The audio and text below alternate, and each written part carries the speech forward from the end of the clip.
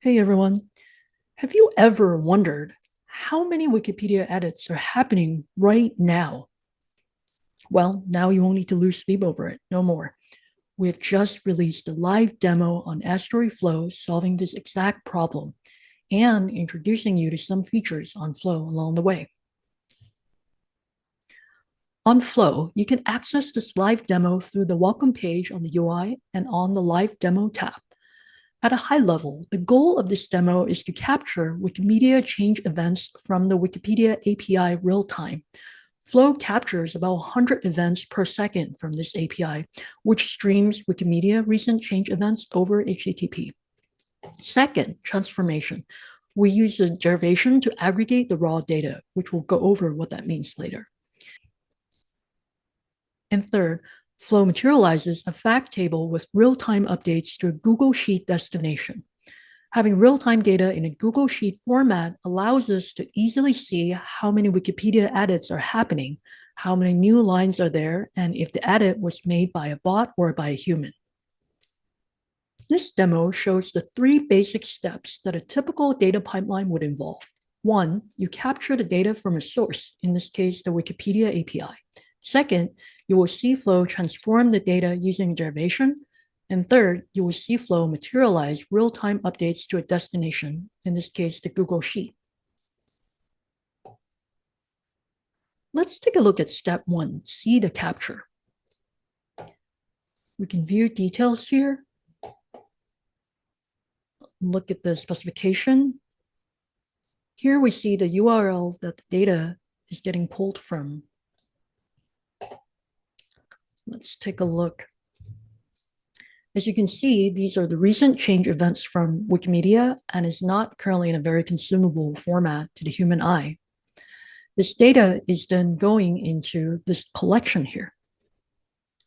Before we dive into the collection, a little background on what a collection is.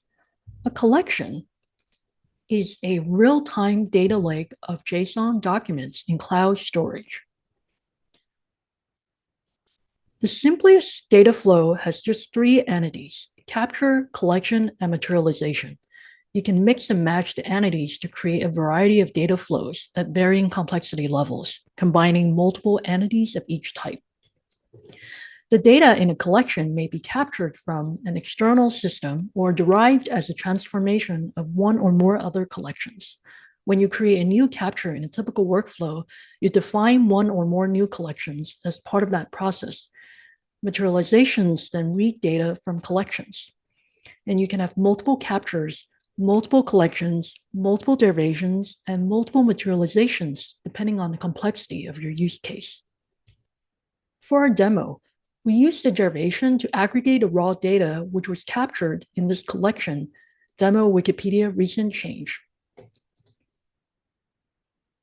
In the original data format, prior to transformation, looks like this. The derivation then transforms the data to this lines and bots collection.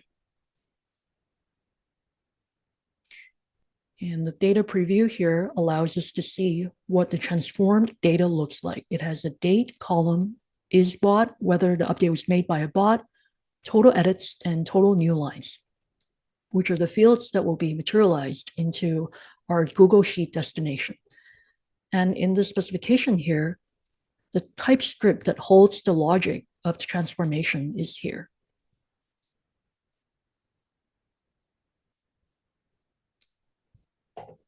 Now, if we look at the materialization, view details here, we can see details on the endpoint config. The data is being replicated real-time to this Google Sheet. Let's take a look.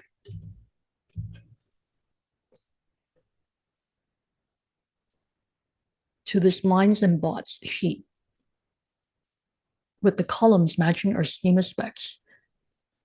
We've also created this sorted view where you can see the total edits and total new lines getting updated in real time.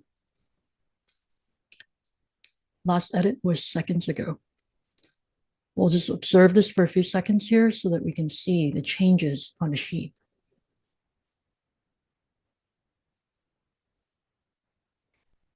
So that's our live Wikipedia demo in a nutshell. Also relevant to this demo is the concept of schema inference, but it is a deeper topic, so we'll go over that in our next video. Stay tuned.